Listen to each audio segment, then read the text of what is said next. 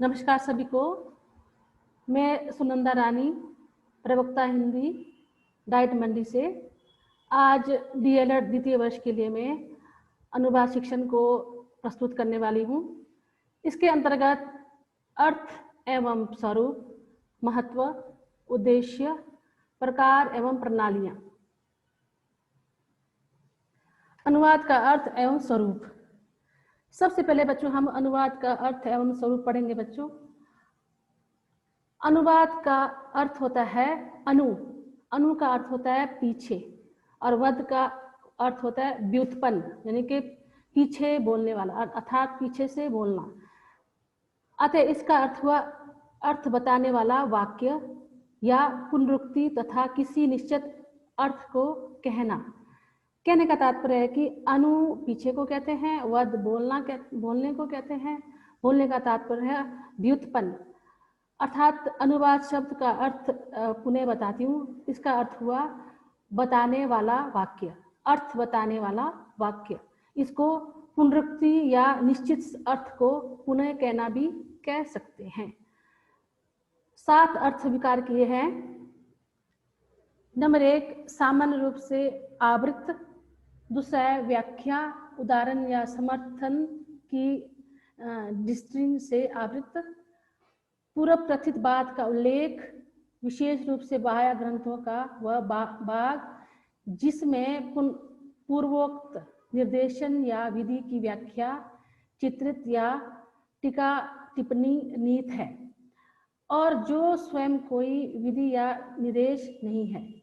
चौथा है समर्थन, 5वां है विवरण, और 6वां है अफवाह, और 7वां है भाषांतर। कहने का मतलब ये है बच्चों कि पाश्चात्य विद्वानों ने ये निश्चित किया है कि अनुवाद के लिए बहुत सारे विद्वानों का अलग अलग मत था। ये जो पाश्चात्य विद्वान विलियम्स का समर्थन करते हुए श्री B.S. अपटी ने भी इस शब्द के 7 अर्थ स्वीकार किए हैं। ये जो 7 अर्थ मैं आपको बताने जा रही हूँ, ये B.S. अपटी ने के शब्दों में है। नंबर 1 है सामान्य रूप में आवृत्ति, आपको मैंने अभी पहले बताया, और दूसरा ये व्याख्या है, तीसरा पूर्व कथन बात का उल्लेख है, और चौथा समर्थन है, 5वां विवरण है, और 6वां अफवाह है, और 7वां भाषांतर है। अतः यहाँ यह स्पष्ट हो जाता है कि अनुवाद शब्द का अर्थ अत्यंत व्यापक है, तथा इसका स्वरूप भी बड़ा जटिल है।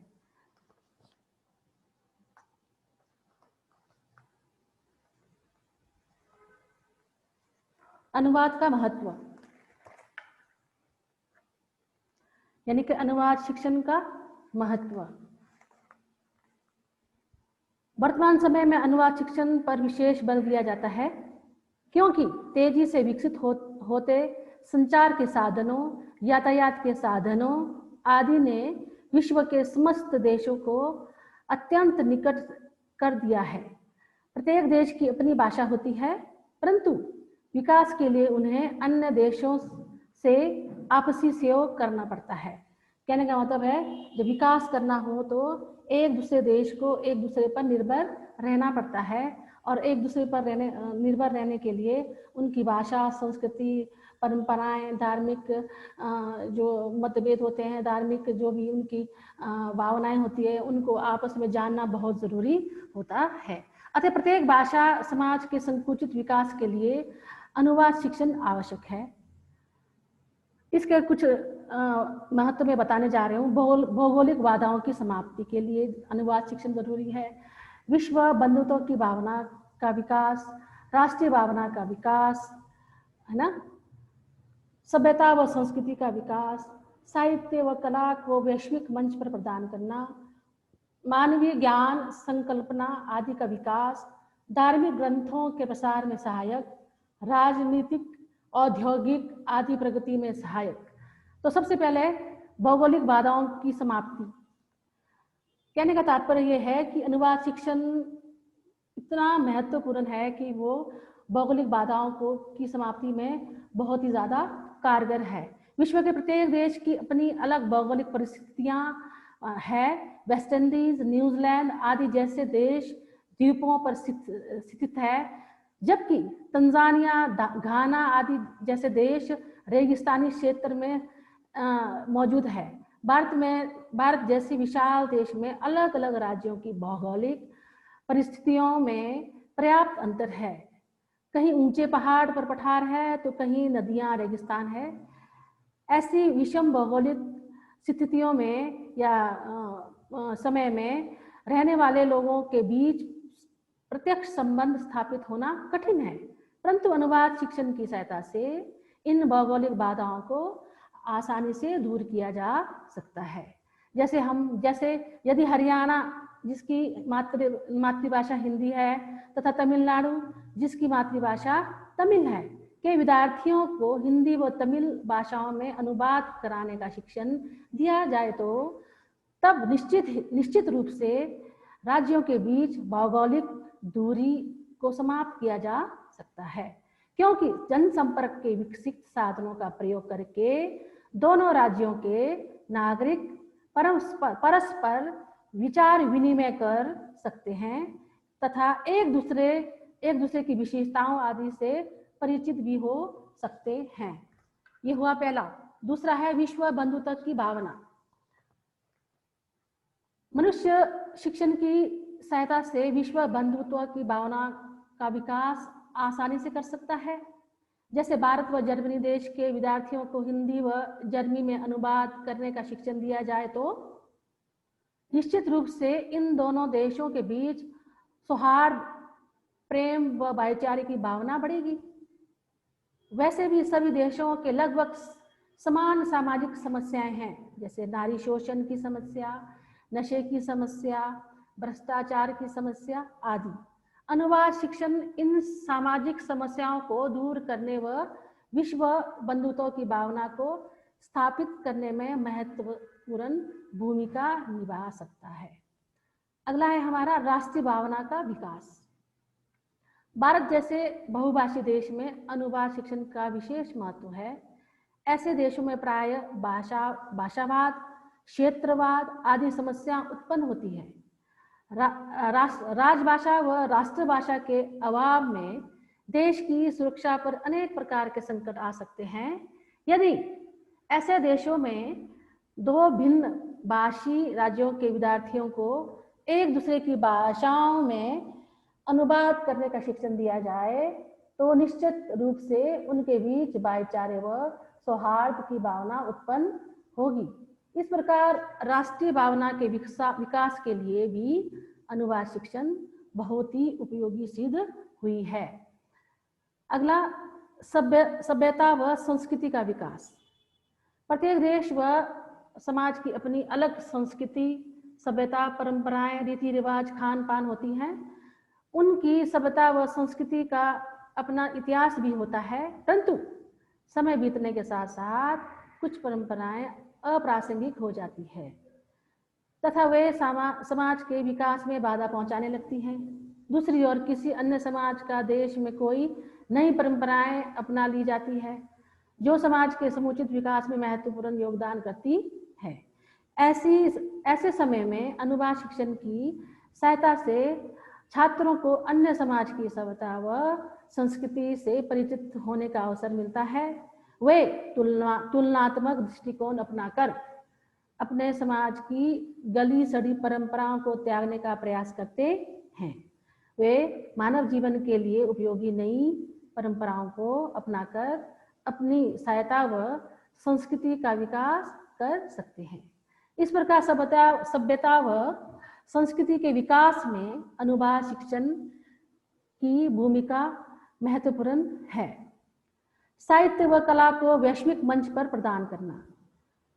यह सत्य है कि विश्व की अनेक भाषाओं में श्रेष्ठ साहित्य व कलाकृतियों की रचना हो चुकी है तथा वर्तमान में इनकी रचना इतनी ज़्यादा हो रही है कि यह संभव है कि यह सृजनात्मक भविष्य में भी जारी रहेगा। कहने का मतलब ये जो सांस्कृतिक रचना है, कलाकृतियाँ हैं, साहित्यिक रचना है, इसको हम सृजनात्मक रचनाएं कहते हैं और ये भविष्य में जारी रहेगी।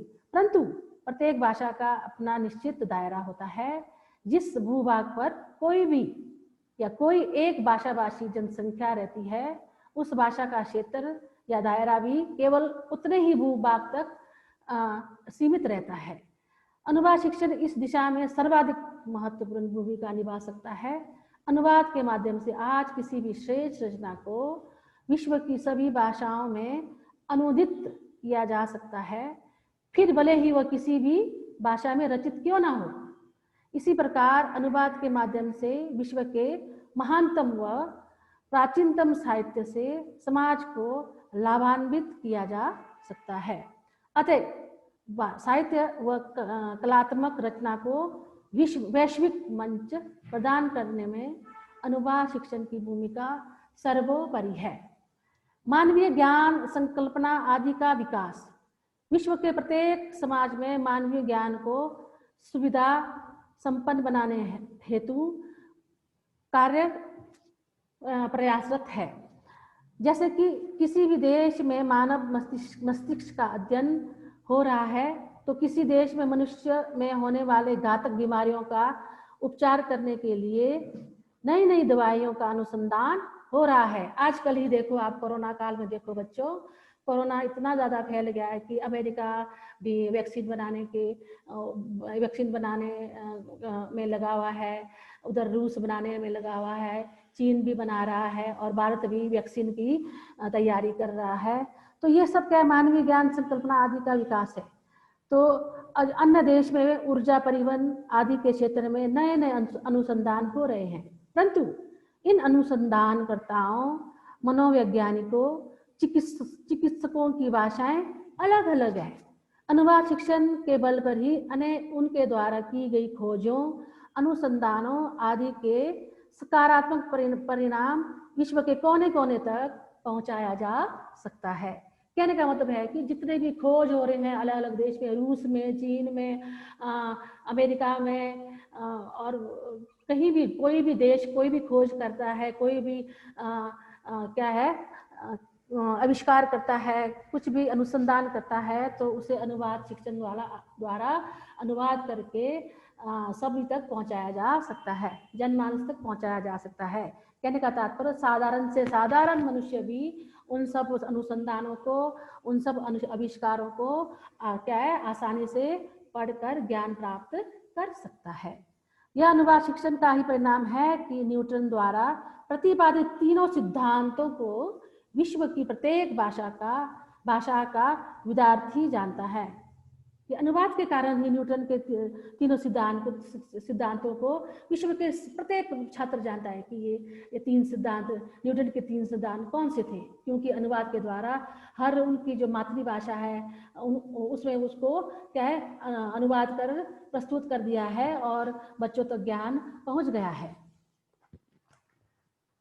धार्मिक ग्रंथों के प्रकार में, धार्मिक ग्रंथों के प्रसार में सहायक। मानव समाज में धर्म का विशेष महत्व है। आपको बताया ना, धर्म का विशेष महत्व है। एक दूसरे देश के धर्म को क्या है सम्मान करना चाहिए, आदर करना चाहिए, उनकी आलोचना नहीं करनी चाहिए हमें। उससे क्या है मानव जीवन के मानस पटल को या मन को या हृदय को चोट पहुंचती है और उससे क्या है विरोध पैदा होता है। विरोध पैदा होने से अराजकता फैलती है और उससे इन सब चीज़ों से देश का क्या रुक जाता है, विकास रुक जाता है, अवरुद्ध हो जाता है। प्रत्येक समाज की अपनी अलग धार्मिक मान्यताएं होती हैं। जैसे कनाडा, अमेरिका आदि में ईसाई धर्म के अधिक अनुयायी हैं, तो भारत जैसे देश में हिंदू धर्म के अनुयायी अधिक है। अनुवाद की सहायता से ही एक धर्म के अनुयायी दूसरे धर्म की विशेषताओं से परिचित हो जाते हैं या हो सकते हैं। इस प्रकार अनुवाद शिक्षण धार्मिक ग्रंथों के प्रसार में भी बहुत ही सहायक सिद्ध हुई है। राजनीतिक, औद्योगिक आदि प्रगति में सहायक। अनुवाद शिक्षण राजनीतिक, औद्योगिक, आर्थिक, वैज्ञानिक आदि प्रगति में भी सहायक है। जैसे जर्मनी में उन्नत कार्ल मार्क्स का मार्क्सवाद अनुवाद की सहायता से, यानी कि कहने का मतलब जर्मनी में जो कार्ल मार्क्स थे, जो बहुत क्या है कम्युनिस्ट थे, उनके जो मार्क्सवादी जो भी ग्रंथ है, जो भी उनकी सिद्धांतें हैं, उनको अनुवाद की सहायता से ही विश्व के अनेक देशों में पहुंचाया जा सकता है, पहुंचाया गया है। इसी प्रकार औद्योगिक, आर्थिक, वैज्ञानिक प्रगति में भी अनुवाद की भूमिका महत्वपूर्ण है। तो कहने का मतलब जो अनुवाद शिक्षण बहुत ही ज़्यादा महत्वपूर्ण है बच्चों। और इससे क्या है, हमारे रीति रिवाज, परंपराएं, भावनाएं, खान पान, रहन सहन, संस्कृति है ना, और क्या है जो शिष्टाचार, सब कुछ एक दूसरे से तब सीखते हैं जब उसका अनुवाद हो करके उसकी प्रतिलिपियां, उसके पुस्तक, उसका ज्ञान हम तक पहुंचता है। अगला है अनुवाद शिक्षण के उद्देश्य। अनुवाद शिक्षण के माध्यम से विद्यार्थियों को स्रोत भाषा के विविध पक्षों से परिचित कराना। दूसरा है अनुवाद की जाने वाली सामग्री के विषय से संबंधित तथ्यों से अवगत कराना।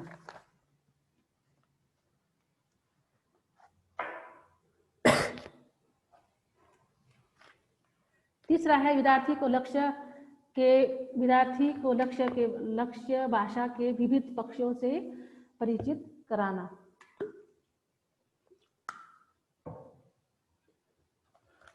विद्यार्थियों को साहित्य के प्रति रुचि उत्पन्न करना। विद्यार्थियों को साहित्य की विभिन्न शैलियों तथा तथ्यों से अवगत कराना। विद्यार्थियों के मन में मानवीय संवेदना, कल्पना शक्ति, तर्क व चिंतन शक्ति का विकास करना। विद्यार्थियों में राष्ट्रीय भावना का विकास करना। विद्यार्थियों में विश्व बंधुत्व की भावना विकसित करना। विद्यार्थियों में सृजनात्मक क्षमता का विकास करना। ये सब बातें हमारे महत्व में, जो मैंने अभी आपको विस्तार पूर्वक बताया बच्चों, उसमें भी निहित है। आप उसी को मद्देनजर रख करके उसके साथ संबंध स्थापित करके उद्देश्यों को भी विस्तार पूर्वक लिख सकते हैं।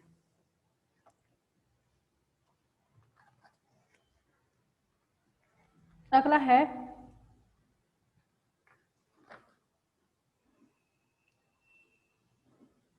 अनुवाद के प्रकार। अनुवाद के प्रकार है बच्चों, अनुवाद अपने आप में एक जटिल प्रक्रिया है, क्योंकि यह एक कला भी है और विज्ञान भी। अनेक विद्वानों ने अपने अपने मतानुसार अनुवाद के अलग अलग प्रकारों का उल्लेख किया है।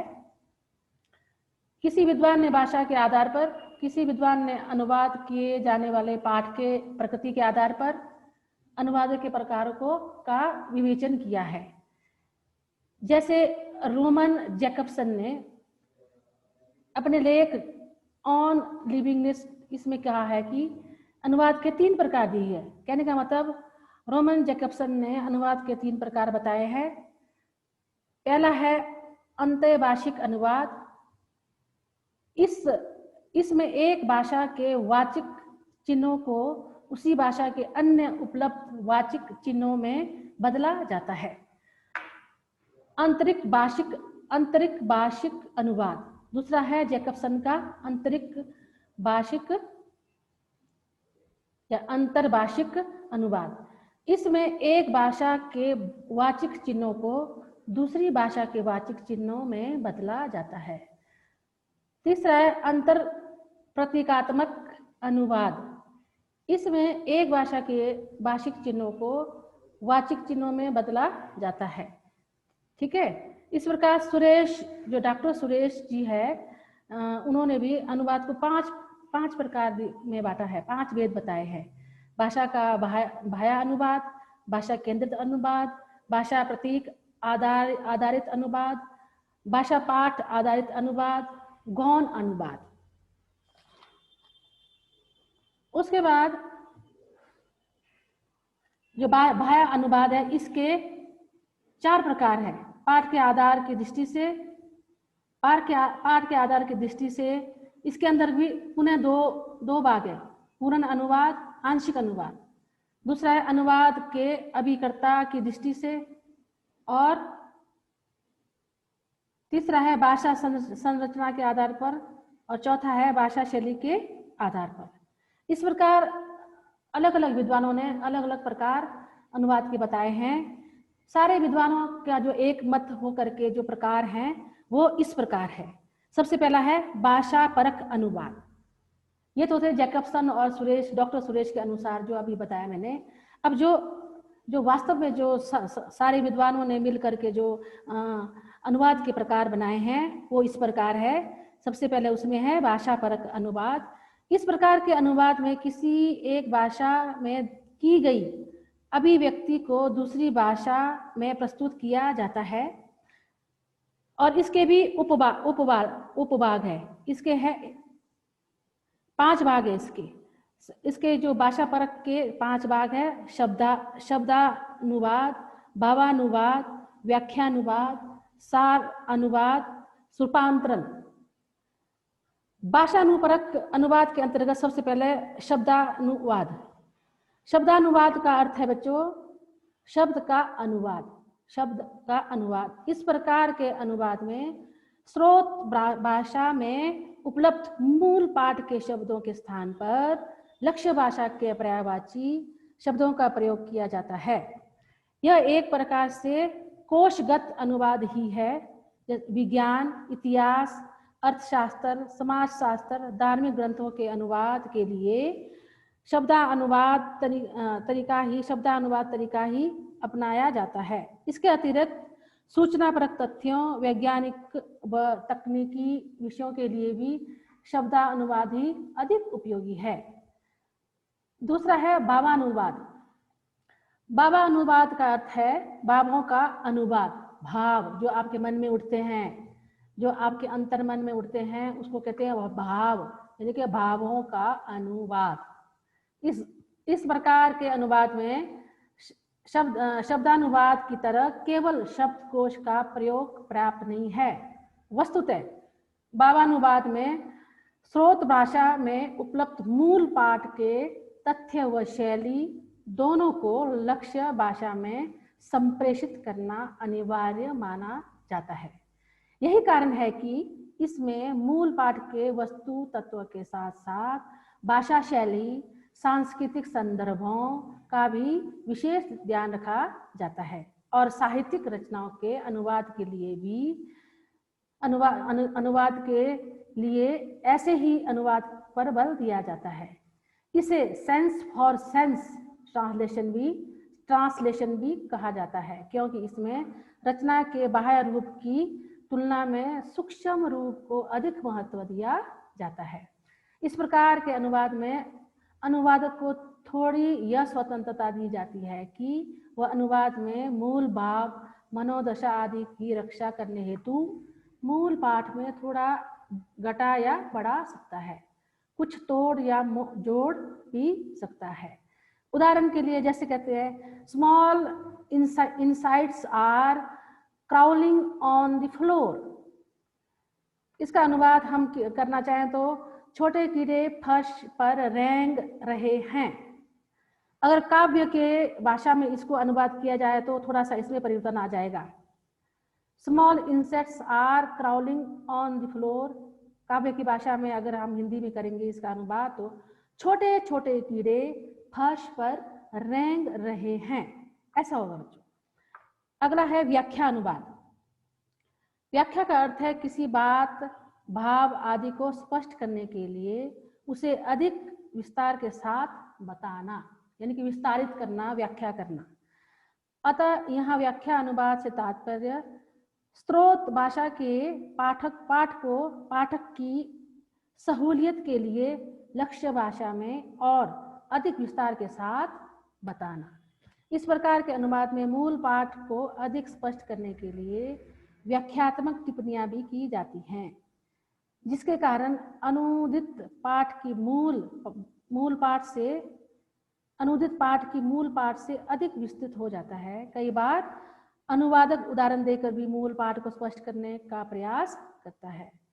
संस्कृत की अनेक साहित्यिक रचनाएं हिंदी अनुवाद, व्याख्या अनुवाद के उदाहरण है। अगला है सार अनुवाद। इसके अंतर्गत मूल रचनाओं की मुख्य बातों का मुक्त अनुवाद होता है। यह संक्षिप्त अथवा अत्यधिक संक्षिप्त आदि अनेक प्रकार का हो सकता है। या तो संक्षिप्त हो सकते हैं या फिर बहुत ज़्यादा संक्षिप्त भी हो सकते हैं। भारत की लोकसभा के वाद विवाद का जो अनुवाद किया जाता है वह प्राय इसी प्रकार का होता है। इसमें संक्षिप्तता, सरलता, स्पष्टता रहती है तथा लक्ष्य भाषा के सहज स्वाभाविक प्रभाव के कारण सारानुवाद अत्यधिक उपयोगी माना गया है। विशेषकर नेता लोग जो लंबे लंबे भाषण देते हैं उसमें सारानुकूल ही अधिक उपयुक्त माना गया है। लंबे लंबे भाषणों का तत्काल अनुवाद करने वाला दुभाषीय प्राय इसी विधि का प्रयोग करता है। यही नहीं, समाचार पत्रों तथा इलेक्ट्रॉनिक मीडिया में भी सारानुवाद का सहारा लिया जाता है। रूपांतरण, हमारा जो भाषा परक अनुवाद का जो अंतिम भाग है वो है रूपांतरण। कहने का मतलब है भाषानुरूप जो अनुवाद था इसके 5 प्रकार है। तो 5 प्रकार है रूपांतरण। इस शब्द का अर्थ है रूप को बदलना।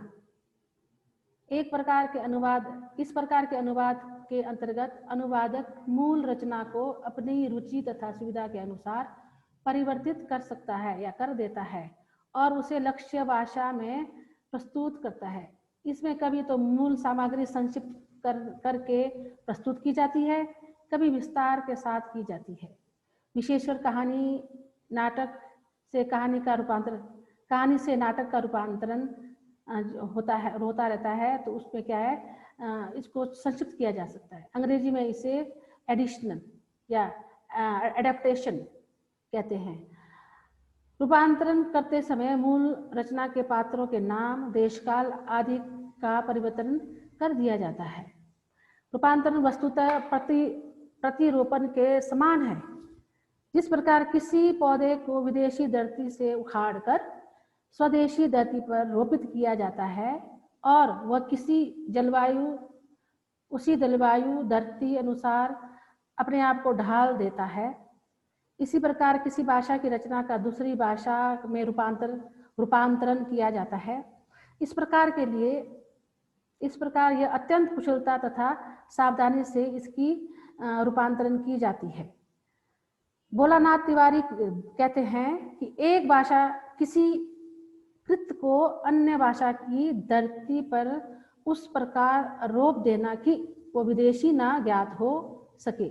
रूपांतरण की पहली समस्या है कि वह किसी विदेशी भाषा को अपने देश में ला करके उसको रूपांतरित की जाती है, तो उसमें यह ध्यान रखा जाता है कि वो विदेशी ना लगे। ये एक बड़ी समस्या है। इसके लिए रूपांतरकार को न केवल दोनों भाषाओं का ज्ञान होना आवश्यक है, बल्कि मूल कृति में चित्रित स्थान की परंपरा, प्रथा, आचरण और सामाजिक मान्यताओं का ज्ञान होना भी आवश्यक है। जितना अपने स्थान और अपने जनों का ज्ञान उसको होता है, उतना ही ज्ञान उसे उस विदेशी भाषा को अनुवाद करने के लिए होना चाहिए। पहला हो भाषा परक अनुवाद के बाद पहला आया हमारा प्रकार। अब दूसरा प्रकार आया पाठ प्रकृति परक अनुवाद। पाठ प्रकृति परक अनुवाद के अंतर्गत बच्चों हमारे पास है 7 प्रकार है इनके। सृजनात्मक साहित्य अनुवाद, विज्ञान अनुवाद, विधि अनुवाद, वाणिज्य अनुवाद, तकनीकी अनुवाद, मीडिया अनुवाद। सबसे पहले सृजनात्मक साहित्य अनुवाद। इसे शैली प्रधान अनुवाद भी कहा जाता है। इस प्रकार के अनुवाद में काव्य, कहानी, उपन्यास, नाटक, जीवनी, आत्मकथा, डायरी लेखन, आलोचना, संस्मरण, आत्मकथा आदि अनुवाद को सम्मिलित किया जाता है। ऐसा अनुवादक करते समय अनुवाद को भाषा की अपेक्षा भाव पर अपना ध्यान अधिक केंद्रित करना पड़ता है। भले ही उसे भावों की रक्षा करते हेतु मूल पाठ में कुछ जोड़ने तोड़ने की छूट होती है, परंतु प्रत्येक समय में उसका यही प्रयास होना चाहिए कि उसके द्वारा अनुदित रचना पढ़ने के बाद पाठक के मन पर वैसा ही प्रभाव पड़े उसे वैसा ही आनंद प्राप्त हो जैसा मूल पाठ के पाठक को प्राप्त हुआ था। साहित्य की विधाओं के आधार पर सृजनात्मक साहित्य की भी दो वेद है, दो उपवेद है, काव्य अनुवाद, कथा अनुवाद। ठीक है, कहने का मतलब सृजनात्मक साहित्य अनुवाद के दो उपवेद है, काव्य अनुवाद और कथा अनुवाद। काव्य अनुवाद आरंभ से ही विवाद का विषय रहा है। अनेक विद्वानों का ये कहना है कि काव्य का अनुवाद करना संभव नहीं है, मुश्किल है, ये जटिल कार्य है। फिर भी विश्व की अनेक भाषाओं में रचित काव्य ग्रंथों का अनुवाद किया जा रहा है। जबकि किसी काव्य रचना का अनुवाद गद्य या पद्य या मुक्तक में किया जाता है, तब उसे काव्य अनुवाद कहा जाता है। काव्य अनुवाद पूर्ण रूप से एक पुनः सृजन की प्रक्रिया है, दोबारा से करना पड़ता है, पुनः सृजन, दोबारा से तैयार करना होता है, और अनुवादक को मूल कवि की आत्मा के साथ तादात्म्य स्थापित करना पड़ता है। अतः सहृदय व संवेदनशील अनुवादक ही काव्य का अनुवाद कर सकता है। कहने का मतलब है कि काव्य का अनुवाद हर कोई आम व्यक्ति नहीं कर सकता है, जिसको जो दूसरे की संवेदनाओं का ख्याल हो, दूसरे की संवेदनाओं को समझता हो, दूसरे व्यक्ति के या दूसरे के भावों को समझता हो, वही आदमी काव्य का अनुवाद करने में सक्षम है। अगला है कथा अनुवाद। किसके भाग पढ़ रहे बच्चों हम? किसके भाग? पाठ प्रकृति अनुवाद के दो भाग है, पहला है काव्य, दूसरा है कथा अनुवाद। इस प्रकार के अनुवाद में गद्य साहित्य की समस्त विधाएं जैसी कहानी, नाटक, उपन्यास, निबंध आदि के अनुसार या अनुवाद का समावेश हो जाता है। काव्य अनुवाद की तुलना में कथा अनुवाद अपेक्षाकृत सरल होता है। इस प्रकार का अनुवाद करते समय अनुवादक को कथा, शिल्प, संवाद के साथ साथ देशकाल, चरित्र चित्रण, वातावरण आदि को भी स्रोत भाषा से लक्ष्य भाषा में लाना होता है।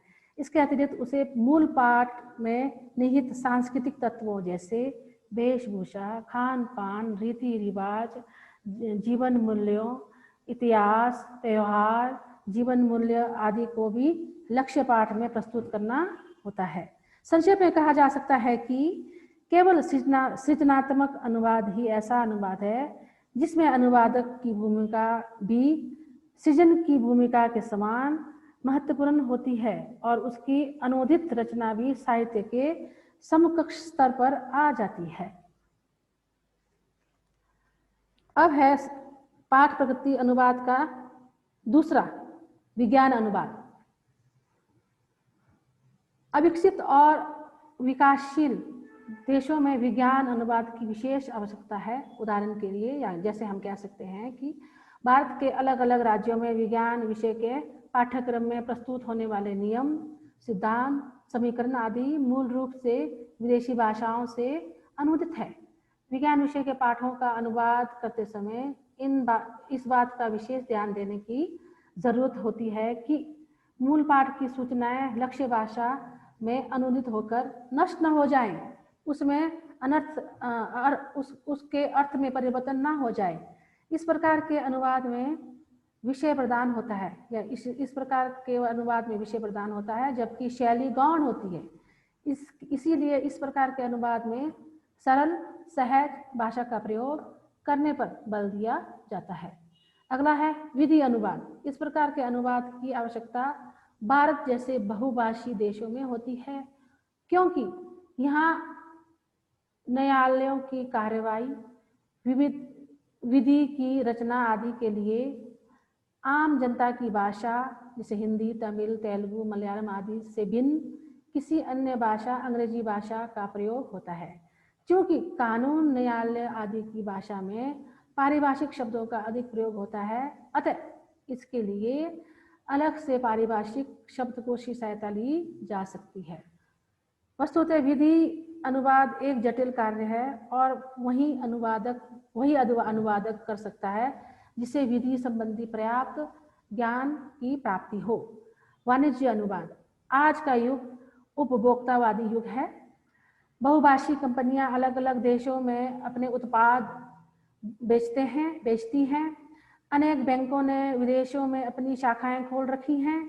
इसी प्रकार फिल्म, विज्ञापन आदि का प्रचलन बढ़ रहा है, क्योंकि प्रत्येक उत्पादक भिन्न भाषा समाज में अपनी पैठ बनाना चाहता है या अपनी वर्चस्व को बनाए रखना चाहता है। पर्यटन को बढ़ावा देने के लिए दुभाषियों की मांग बढ़ गई है।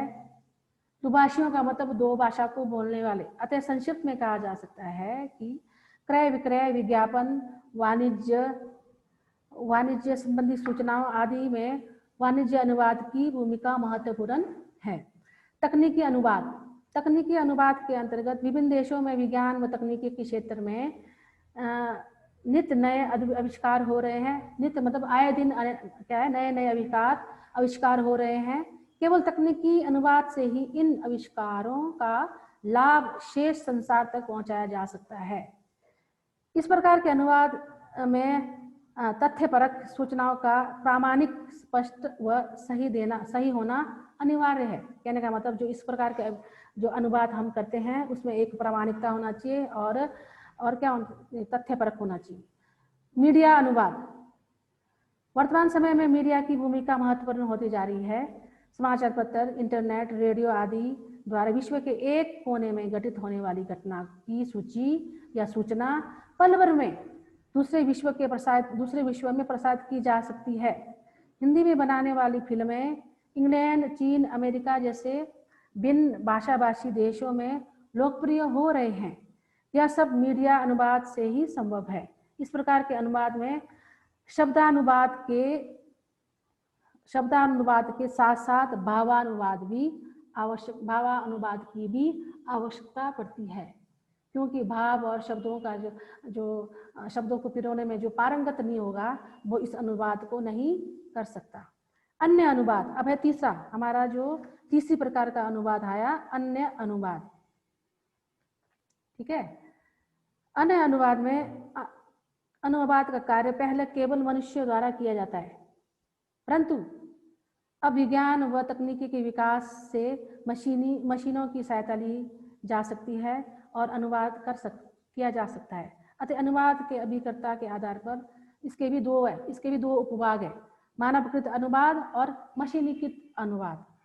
मानवकृत अनुवाद यह अनुवाद मनुष्य द्वारा किया जाता है और मशीनीकृत अनुवाद यह स्रोत भाषा से लक्ष्य भाषा में पाठ का अनुवाद कार्य किसी मशीन या उपकरण की सहायता से किया जाए, उसे मशीनी अनुवाद कहा जाता है। वस्तुतः मशीनी अनुवाद तो संगणकीय भाषा विज्ञान की एक शाखा मानी है, जिसमें विशेष कंप्यूटर सॉफ्टवेयर की सहायता से किसी एक भाषा के पाठ या भाषण को दूसरी भाषा या भाषाओं में अनुदित किया जाता है। मशीनी अनुवाद का सबसे बड़ा दोष यही है कि यह मानवीय संवेदनाओं, मर्मस्पर्शी पहलुओं का भी केवल शब्दानुकार कर सकता है, उसका भावानुवाद नहीं कर सकता। कहने का मतलब उसमें संवेदनाएं नहीं होती है, उसमें भावनाएं नहीं होती हैं, उसमें करुणा नहीं होती है, वो सिर्फ शब्दों में उसको पिरो देता है। ठीक है। कहने का मतलब अगर मानवकृत अनुवाद होता तो उसमें क्या होता, उसमें मानव अलंकार है ना, छंद अलंकार का प्रयोग करके उसको रोचक बनाने की कोशिश करेगा। अब अगला है अनुवाद की प्रणालियां। अनुवाद की प्रणालियों पर विचार करने से पहले अनुवाद की प्रक्रिया समझना बहुत आवश्यक है। जब तक अनुवाद की प्रक्रिया आपको समझ में नहीं आएगी तो आप अनुवाद की प्रणालियों के बारे में नहीं जान सकती। सबसे पहले है मूल पाठ। प्रक्रिया के अंतर्गत मूल पाठ। उपलब्ध मूल पाठ किस भाषा में रचित है तथा मूल पाठ की प्रकृति क्या है, ये दोनों बातें अनुवाद प्रक्रिया की शुरुआत को प्रभावित करती है या नहीं। दूसरा है समन्वयन। मूल पाठ को लक्ष्य भाषा में प्रस्तुत करने हेतु अनुवाद की कार्यनीति का निर्धारण ही समन्वयन या समन्वय कहलाता है। अगला है विश्लेषण। इस चरण में मूल पाठ के मूल भावों, तथ्यों आदि का विश्लेषण किया जाता है। बोधन, इस चरण में अनुवाद की रूपरेखा तैयार की जाती है। पारिभाषिक अभिव्यक्ति, यह अनुदित पाठ की आरंभिक अवस्था होती है जिसमें त्रुटियां होने की संभावना नहीं रहती है। पुनर्गठन, इस चरण में अनुदित पाठ की त्रुटियों को दूर किया जाता है। पुनः निरीक्षण, इस चरण में अनुदित पाठ की व्याकरण सम्मतता, श्रुति मधुरता, उपयुक्तता, स्पष्टता आदि की जांच की जाती है। संशोधन, इस स्तर पर अनुदित पाठ की त्रुटियों, वाक्य विराम या वाक्य विनाश के दोषों आदि को दूर किया जाता है। पर्यालोचन, इस चरण में विषय विशेषज्ञ को अनुदित पाठ दिखाकर उससे उपयुक्त मार्गदर्शन मांगा जाता है। लक्ष्य भाषा पाठ, इस चरण में अनुदित पाठ को लक्ष्य भाषा पाठ में प्रस्तुत किया जाता है। अब है इसकी प्रणालियां। पाठ्य प्रणाली, इस प्रणाली में विद्यार्थी को अनुवाद करने की पाठ्य पुस्तकों के माध्यम से अनुवाद करने में निपुण बनाया जाता है। कहने का तात्पर्य यह है कि पाठ्य का मतलब जो पाठ्य वस्तु है उसको मद्देनजर रख के उसमें निहित जो भी पाठ्य बिंदु हैं उसके माध्यम से बच्चों को अनुवाद कराना सिखाया जाता है और उसमें निपुण बनाया जाता है। तुलना प्रणाली, इस प्रणाली में शिक्षक विद्यार्थियों के समक्ष आदर्श अनुवादन प्रस्तुत करता है तथा उन्हें अनुवाद के नियमों आदि से अवगत कराता है। तुलना प्रणाली का मतलब है आदर्श अनुवादन। शिक्षक स्वयं आदर्श वाचन के द्वारा आदर्श अनुवाद करेगा। जैसे मान लो पद्य रचना है, कोई कविता का कोई 4 पंक्तियां हैं, उसको अच्छे से अध्यापक आदर्श अनुवाद करके बच्चों को सिखाएगा तथा उन्हें अनुवाद के नियमों के बारे में बताएगा कि अनुवाद कैसे किया जाता है, पद्य की अनुवाद कैसे, व्याख्या करके अनुवाद कैसे किया जाता है, प्रसंग लिखा जाता है, उसके बाद उसका व्याख्या लिखा जाता है। इस तरह से अध्यापक स्वयं बताएगा, तब जाकर के बच्चे इसके बारे में जान सकेंगे। अनुकरण प्रणाली,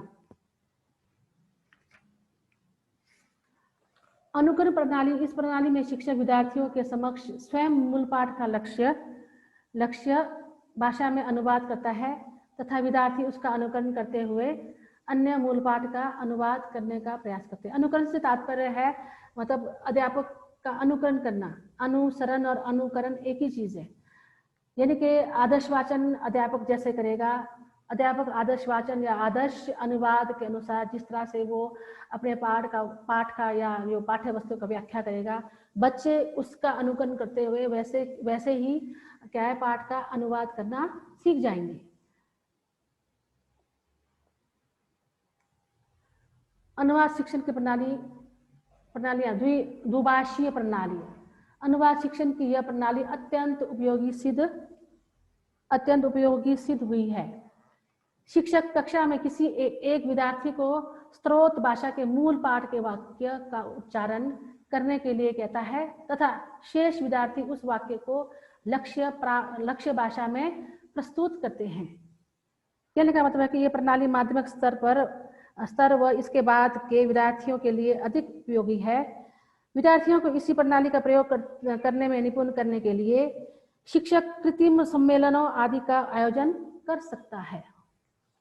अगला है आदर्श प्रणाली वस्तु।